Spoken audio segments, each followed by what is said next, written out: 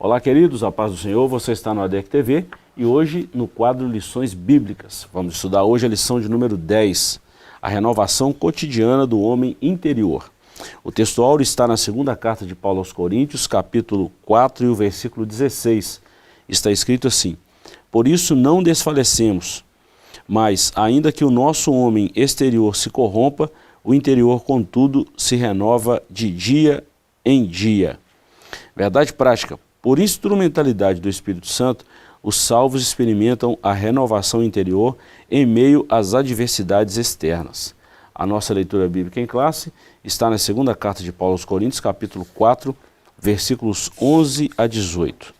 A nossa lição tem alguns objetivos. Primeiro, refletir sobre as adversidades enfrentadas pelo homem interior, compreender que as dificuldades na vida não podem ser comparadas à glória futura reservada aos cristãos.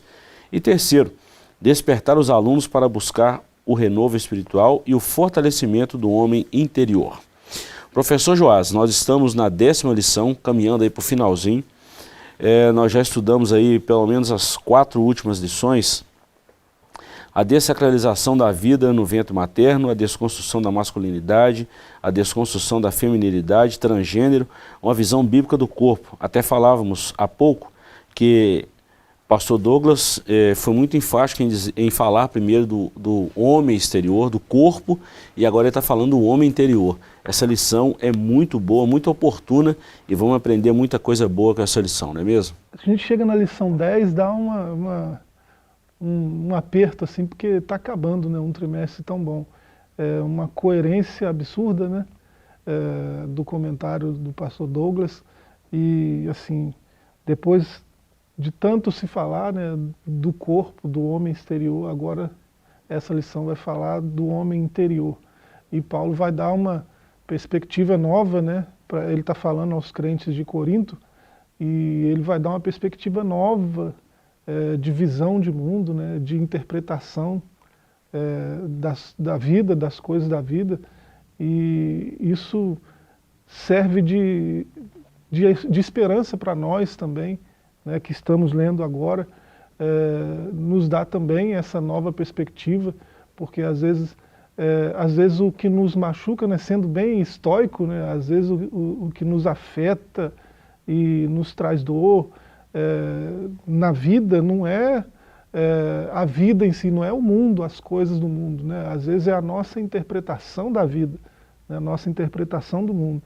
Então um trabalho bem feito de interpretação do mundo, né, vai trazer uma vida melhor, mais tranquila. E é isso que Paulo parece que está querendo mostrar para os crentes de Corinto, né?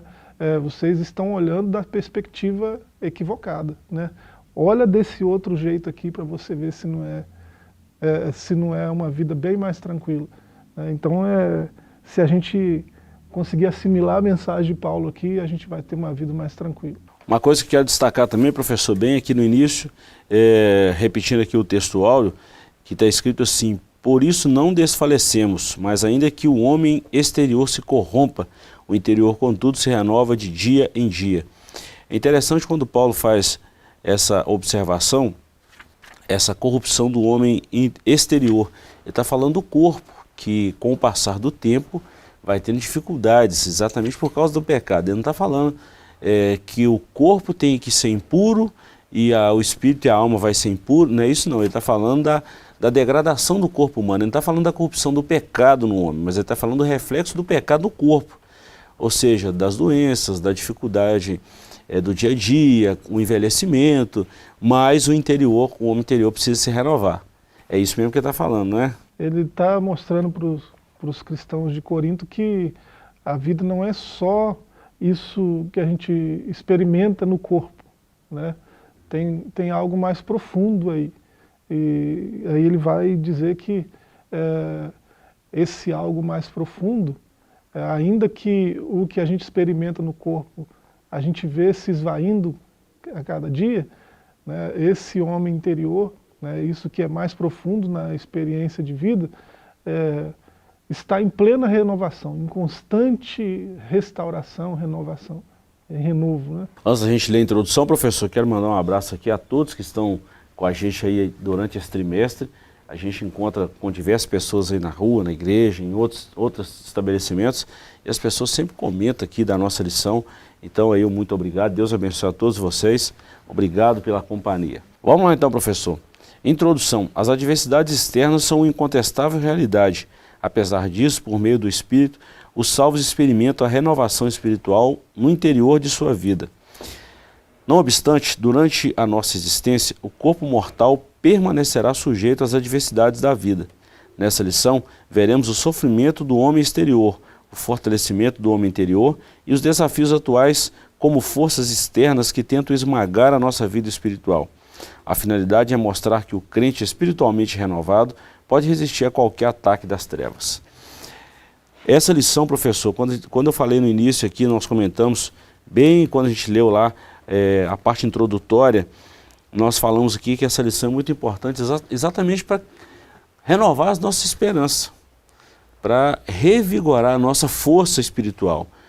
Ainda que o nosso corpo está sendo castigado por lutas, por dificuldades, por adversidades, pela consequência do pecado original, o nosso interior ele precisa ser renovado dia após dia, precisa se alimentar dia após dia com a expectativa de algo melhor, que é a eternidade ao lado de Jesus. Nós já vimos, né, na lição passada, principalmente,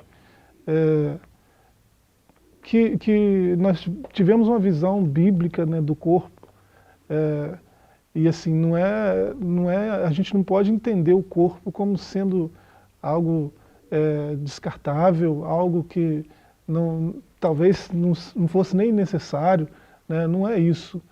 Como o gnosticismo via, né? Lá nessa época que o corpo, que afeta o corpo, afeta o homem como um todo, né? Mas Paulo, na sua teologia, ele mostra que o corpo ele é corruptível, né? O corpo ele está se desgastando, né? Ele vai se desgastando com o tempo. E nesse texto aqui, ele diz no contexto, né, que o natural é que esse corpo ele vai sendo afetado pela morte, que entrou no mundo através do pecado e reina, né, no pecado. E isso não é para nos desanimar, porque tem essa outra perspectiva, né? Como o que acontece no corpo afeta o homem como um todo, o que acontece no espírito, na parte imaterial, também afeta o homem como um todo, portanto afetará o corpo, né? Então essa renovação, ela se dá no interior. Há um contraste aí que é bem interessante, né? É o mesmo homem que está se desgastando e é o mesmo homem que está sendo restaurado, revitalizado, renovado, né? E é interessante a palavra que Paulo usa lá no grego original, né, do texto bíblico, que tem um prefixo lá que mostra que essa renovação, essa restauração, essa revitalização, ela eleva, né? Ela conduz para cima, ela levanta. Então é uma restauração que tem esse propósito de nos elevar. E ela se dá no homem interior, né? E isso afeta o homem como um todo. Então foi importante a lição anterior, né, que foi a lição 9, para a gente compreender essa aqui, né? Então tudo que a gente disser nessa lição aqui, a gente tem que ter em mente o que a gente aprendeu na lição passada, senão vai ficar alguma coisa meio destoada aí, né? Eu acho que a gente pode, se fosse para a gente resumir isso aí, eu falaria da seguinte forma: no pecado, tudo que o corpo comete, tudo que o corpo propicia para o pecado, se reflete na alma e no espírito. Da mesma forma, o homem espiritual, o homem interior espiritual, tudo que nós fizermos, tudo que o Espírito Santo produzir no nosso espírito, na nossa alma, reflete também no nosso corpo. Isso. Então, a grosso modo, é isso aí. Isso. É bom a gente entender isso, professor, porque a gente estuda uma lição como estudamos a lição 9. E pega essa lição 10 aqui, que parece algo destoado, mas não é. Tem uma sintonia incrível nisso aqui, e é muito bom. Vamos lá. O sofrimento exterior é o capítulo 1º, está dividido em 3 subtópicos. A experiência de Paulo, o exemplo do apóstolo e a esperança do crente. O apóstolo Paulo é um exemplo de um homem que sofreu adversidades externas, mas não perdeu a solidez da vida espiritual. Suas epístolas relatam tribulações acima de suas forças, a ponto de ele perder a esperança da preservação da própria vida. Ainda podemos ler menções do apóstolo a prisões, açoites, apedrejamentos, perseguições, fadiga, fome, sede, frio, nudez. Dessa forma, Paulo sintetiza as adversidades da nossa jornada de fé nas seguintes palavras: e também todos os que piamente querem viver em Cristo Jesus padecerão perseguições. É normal na vida de um cristão, né, professor? Nós estamos falando isso aqui porque nessa graça barata que nós estamos vendo aí, nessa hipergraça, há quem diz aí que o crente não pode sofrer. É mais ou menos o que os cristãos de Corinto estavam pensando quando Paulo escreveu essa segunda carta, né? Lembra que essa segunda carta, Paulo traz bastante advertências, né, para aquele grupo de cristãos, porque eles chegaram ao absurdo de pedir uma carta de recomendação de Paulo. Paulo é um dos fundadores da igreja de Corinto, e eles estão pedindo carta de recomendação, né, uma coisa totalmente absurda e sem fundamento. E eles estavam fazendo isso porque teve gente lá, que Paulo vai chamar aí de superapóstolos, né, passou por lá pregando um evangelho de glamour, né, um evangelho de só bênção, só prosperidade, né, e esses superapóstolos ostentavam isso, né, ostentavam, pelo porte deles e pelas palavras deles. E Paulo lembra aos Coríntios: peraí, não é assim não, né? Vocês estão olhando de uma forma que não é recomendável, vocês estão vendo o mundo de um jeito que não é para ver, né? A vida cristã não se trata disso. E Paulo pode dizer com muita propriedade que é necessário passar por muitas tribulações para chegar no reino, né? Ele chegou a dizer isso assim que se levantou de um momento de muita tribulação. Ele foi apedrejado, foi dado como morto, acharam que ele tinha morrido. E ele levantou dali, sacudiu a poeira e foi para a igreja dizer: ó, é necessário passar por muitas tribulações, né, para alcançar o reino. Então, ele traz para esses crentes um choque de realidade. Ó, a vida cristã não é como vocês estão pensando que é, né? Não é só glamour, tem tribulação também. Mas não se engane, essa tribulação é um cisco, né, diante daquilo que tem para nós reservado de glória, né, de paz, de tranquilidade. Então, saiba que há tribulação, mas saiba que isso aí não é nada perto da glória que nos espera. É passageiro, né? É passageiro. Professor, para a gente ganhar tempo e fechar esse primeiro bloco aqui, eu vou ler esses dois subtópicos aqui, o exemplo do apóstolo. Nós falamos muito aqui da experiência do próprio Paulo, ele não está falando de experiência de terceiros, ele está falando de experiência dele, experiência vivida. E o comentarista falou aqui de perseguição, apedrejamento, açoite, ele e Silas na prisão, naufrágio, né, e tantas outras coisas que ele podia ter falado aqui. Mas é isso. O exemplo do apóstolo e também a esperança do crente. Mesmo diante do sofrimento, o apóstolo não retrocede e tampouco nega a fé. Suas provações forjam a confiança em Deus e na vida ministerial, na sua vida e ministério. Ele reconhece que as suas fraquezas são instrumentos do poder divino. Sua vida está a serviço do Mestre, em favor dos escolhidos e para a glória de Deus. Olha essa frase: cônscio de sua vocação, o apóstolo declara: por isso não desfalecemos. Ainda que o nosso homem exterior se corrompa, aí nós voltamos à verdade prática, o interior se renova a cada dia, de dia em dia. E a nossa esperança, professor, a esperança do crente. Na Escritura, o contraste entre a aflição do homem e o poder de Deus estão assim representadas. atribulados, mas não angustiados. Significa que, mesmo pressionado, o crente não é esmagado. Perplexo, mas não desanimado. Indica que, mesmo confuso, o crente não se desespera. Perseguidos, mas não desamparados. Sinaliza que, mesmo ameaçado, o crente não é abandonado. Abatidos, mas não destruídos. Mostra que, mesmo derrubado, o crente não é nocauteado.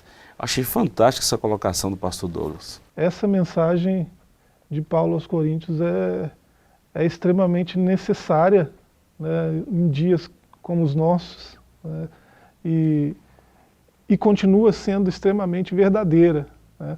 Paulo chega a dizer a outro grupo, a outra comunidade cristã, aos Colossenses, né, parece que é lá no capítulo 3, ele chega a dizer que a gente está sendo renovado para conhecer a verdade, né?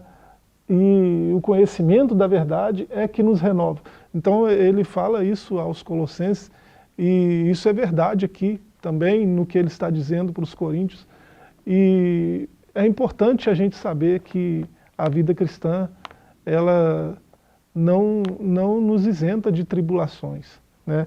Paulo chega a dizer aqui que foi provado além das suas forças, né? Um texto que eu já vi até alguns pregadores confusos, né, com esse texto. Paulo diz na primeira carta aos Coríntios que é impossível alguém ser tentado além das suas forças, né? Além do que pode suportar. E aqui, na segunda carta, ele diz que ele mesmo foi provado além das suas forças. Embora no grego bíblico, às vezes, a palavra é a mesma para tentação e para provação, Paulo é bem claro na sua teologia que Deus não tenta ninguém. Mas ele é igualmente claro ao dizer que Deus prova, né, aqueles que ele chama, né? Então, foi assim com Paulo e será assim conosco, nós seremos provados. E a provação não precisa ser na medida da nossa força, porque senão a gente não cresce. Essa renovação exige que a gente seja provado além do nosso suporte. Se eu suporto 9, a aprovação vai vir com peso 10, porque depois que eu passar por ela, eu vou suportar 10. Né? Sempre crescendo, né? Então é preciso que seja assim, além das forças. Então Paulo não está se contradizendo, né? A tentação nunca vem, eu sempre serei capaz de vencer qualquer tentação, porque eu estou em Cristo, né? Agora, a provação às vezes vai me esmagar, para que eu consiga suportar mais. Eu achei muito interessante essa colocação sua, professor, porque a gente precisa analisar o contexto bíblico em que a palavra está inserida, quando Paulo está falando de tentação e de provação. Precisa analisar isso muito bem.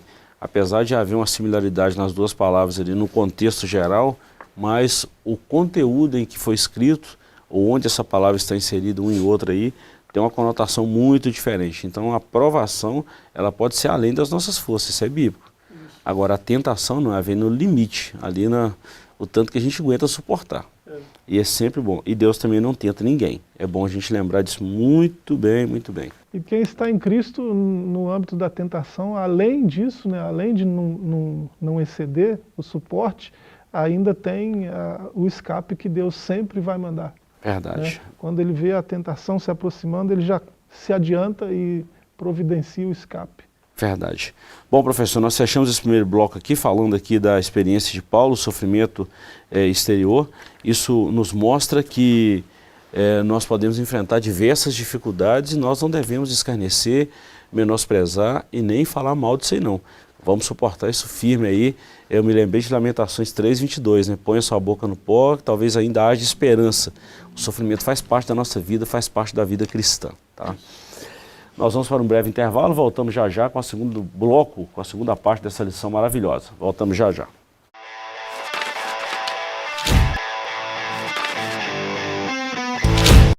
Olá, queridos, estamos de volta. Você está no ADEC TV e hoje nós estamos falando da lição de número 10.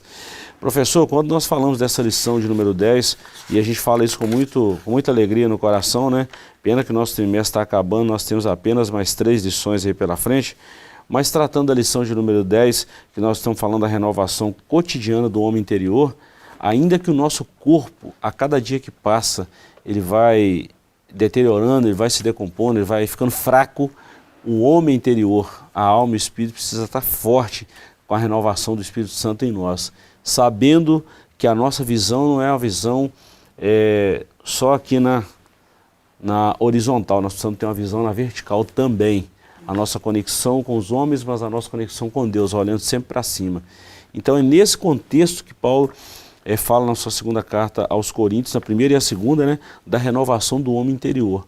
E esse é o que nós vamos falar agora nesse capítulo 2 e depois fechar com os desafios de hoje para essa renovação. Estar em Cristo, né, traz para quem está em Cristo, né, uma perspectiva mais ampla da vida. Isso é fato. Assim, de modo geral, a humanidade ela pode ser bem, grosso modo, né, vista de pessoas que têm perspectivas diferentes da vida. Né? Grosso modo, você tem um grupo que é mais materialista, né, que está com foco no agora, no que está acontecendo agora, no que eu estou vivendo, no que eu estou fazendo, né? E tem um grupo que é mais idealista, né? Que tem projetos para o futuro, planos de crescimento, que pensa não só no agora, né? Pensa no que está pela frente, no que vem pela frente. E aí você tem em cada um desses grupos pessoas empenhadas num estilo de vida completamente diferente um dos outros, mas independente de qual grupo a gente esteja, né, quando a gente passa a andar com Cristo, quando a gente está em Cristo, a nossa perspectiva amplia, né, amplia largamente, e um cristão verdadeiro, ele tem o seu presente, é isso que eu queria dizer desde o começo, né? Ele tem o seu presente enriquecido.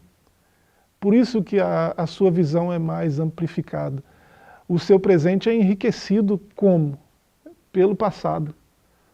Porque um cristão vai olhar para o que Deus já fez, né?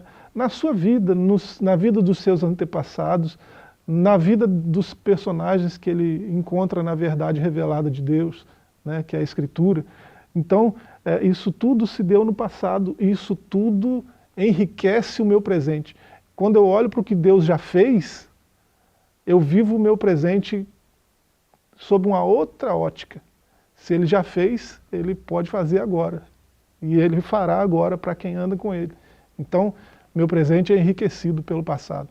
Mas não é só isso, o que Paulo está trazendo aí de perspectiva é de futuro também.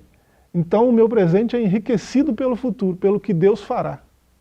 Porque se Ele fez no passado, Ele faz agora e Ele fará no futuro. Então, porque eu ando com Cristo, a minha visão é amplificada, né? E o meu presente é enriquecido pelo que Deus já fez e pelo que Deus fará. Isso é extraordinário, né? Essa é a perspectiva que Paulo está trazendo para os crentes de Corinto e está trazendo para nós também, que estamos refletindo sobre esse texto agora, né?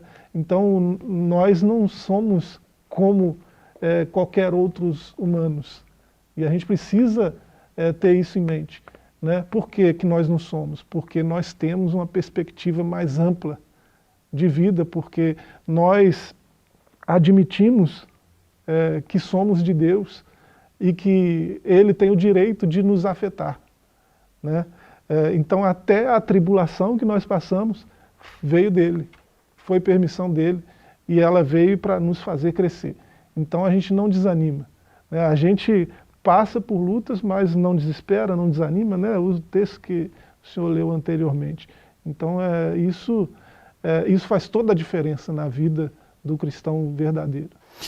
Você me fez lembrar aqui um momento de conversão, não sei se é porque a gente acompanhou bem de perto lá no no finalzinho da década de 80, início da década de 90, o Matos Nascimento, um cantor muito conhecido hoje no Brasil, era dos principais da metaleira, de uma banda muito conhecida no Brasil também, Paralamas de Sucesso, e o testemunho dele, eu me lembro que eu presenciei isso aqui em Caratinga, uma época que ele veio aqui numa festa de jovens, e ele contou isso.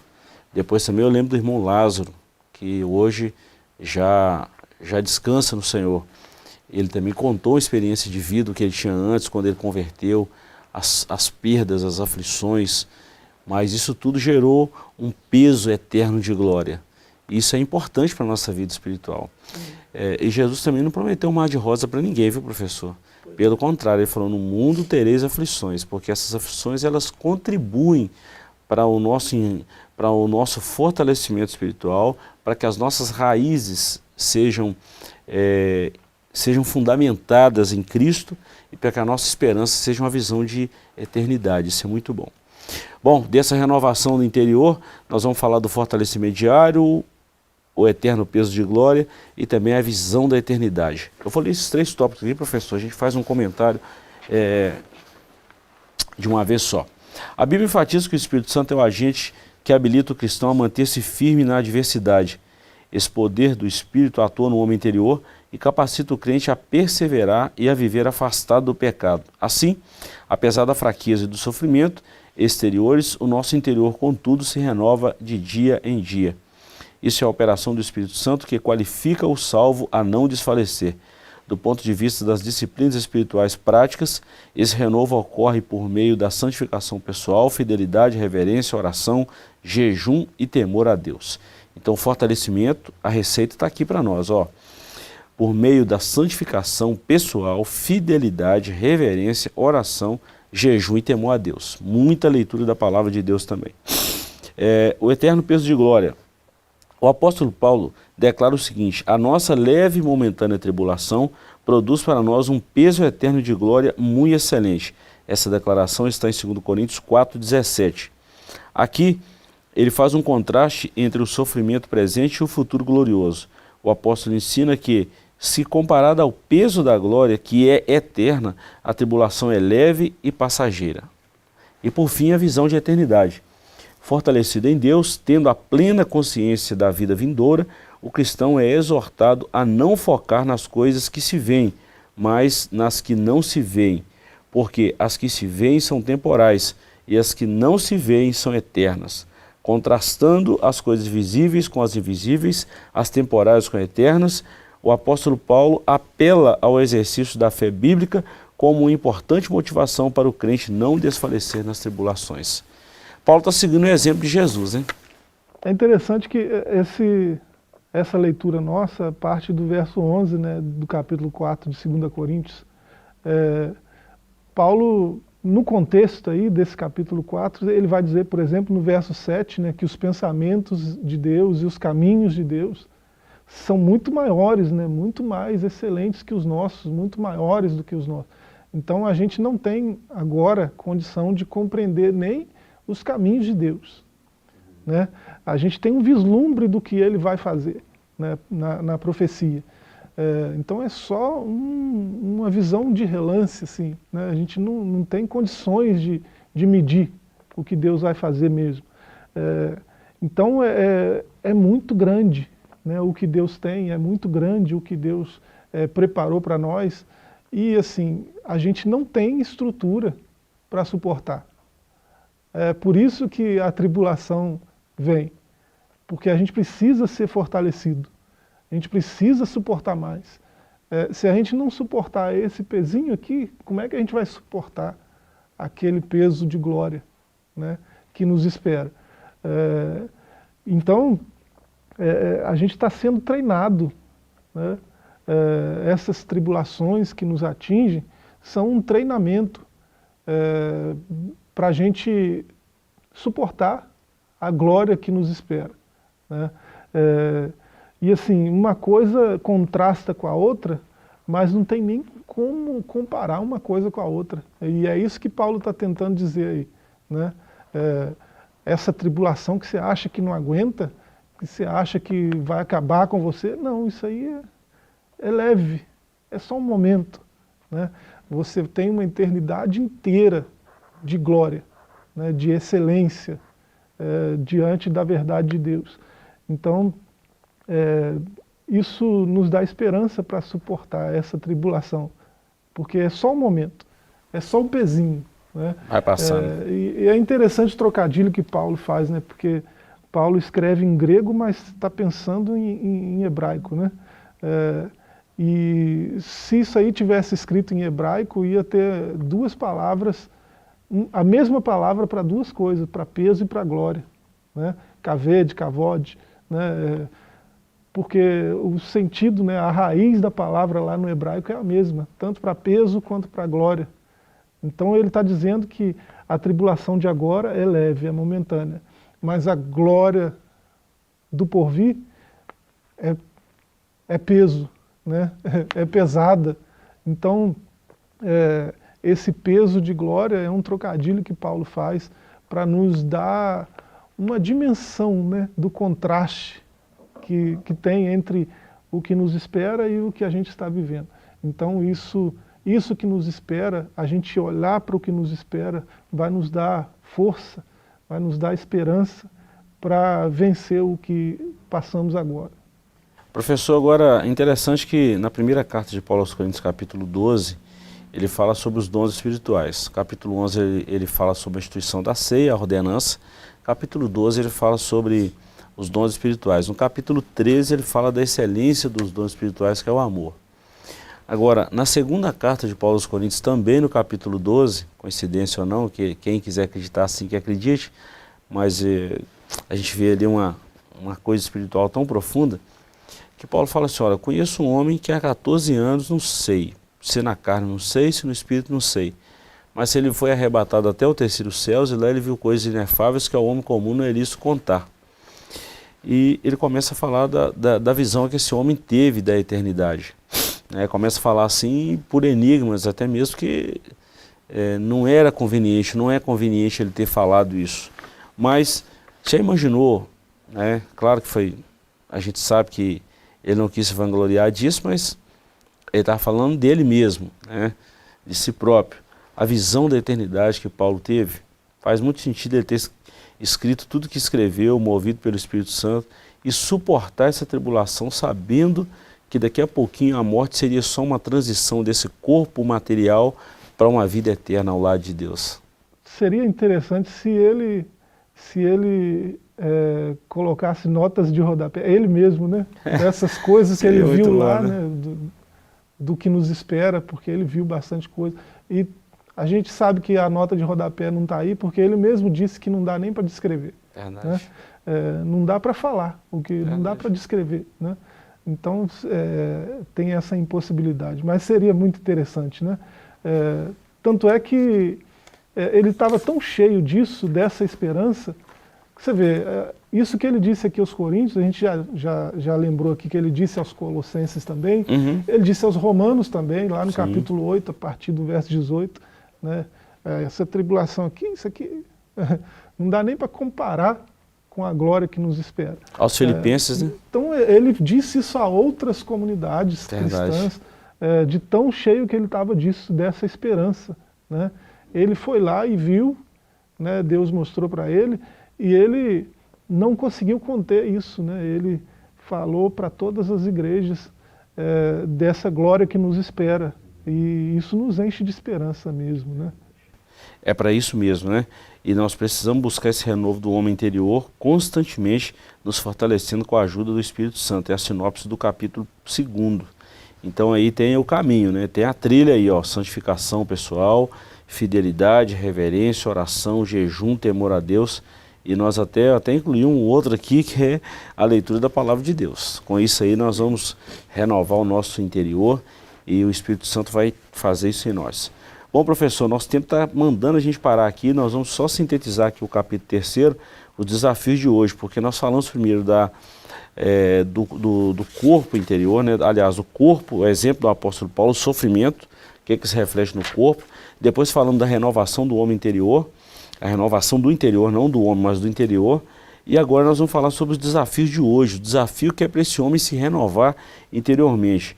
E nós temos aqui pelo menos 3. A cultura secularista, e aqui a gente volta ao tema central da lição, que o espírito da Babilônia está aí. Depois o relativismo doutrinário, isso aqui é terrível, e a batalha espiritual. Bom, professor, quando a gente fala do secularismo, é uma coisa que está esmagando a igreja hoje. Eu estou falando num contexto geral. O secularismo hoje, ele aflige, ele pressiona, ele esmaga, ele é corrupto e corruptor. Depois o relativismo. Hoje também nós estamos, quando eu falo nós, eu estou falando a classe de teólogos, nós estamos numa disputa hoje desse relativismo. Hoje alguns creem de uma forma, outros creem de outra, e quase em algumas comunidades já não tem um consenso mais doutrinário. Há rachas doutrinários dentro da própria comunidade. E por fim a batalha espiritual. Uma vez que há esses rachas, cria-se uma brecha. E se criou uma brecha, o diabo sabe por onde entrar. A gente falou disso em outras lições também, né? Dessas visões de mundo equivocadas que acabaram infiltrando na igreja. E tem até quem chame isso de teologia, né? A teologia liberal, a neo-ortodoxia. Homens que apostataram da fé, né? E ainda que tivessem uma mente brilhante, né? Uma teologia extensa, uma produção teológica invejável, mas apostataram da fé e começaram a defender algo que não é teologia, né? Teologia liberal não devia ser chamada de teologia, né? Neo-ortodoxia também, né, não faz sentido, porque negam os milagres, negam a transcendência, negam a encarnação de Cristo, a morte, a ressurreição. Não, ele morreu, só desmaiou, umas coisas absurdas, né? Qualquer narração de milagre na Escritura, eles transformam em outra coisa, querem dar uma visão totalmente secularista do que aconteceu, né? Porque não conseguem mais acreditar em milagres, não conseguem mais viver milagres, ver milagres, e só não veem porque são secularistas, só não veem porque não podem ver, né? Foram cegados pelo seu próprio entendimento. Então não verão mesmo, né? Não são capazes de ver, porque querem uma explicação para tudo, e milagre não se explica, né? Então esse secularismo infelizmente invadiu a igreja, invadiu nossa teologia, e hoje a gente está tendo que ficar repetindo o óbvio o tempo todo para gente que parece que sofre de dissonância cognitiva, né? Porque eu não sei o que acontece, você diz uma coisa e a pessoa foca no que você não disse, né? E o que você não disse é milhões de vezes maior do que o que você disse. Então nunca entenderão certas coisas, por mais que a gente fique repetindo o óbvio, repetindo, nunca entenderão. Parece que sofrem desse transtorno, né?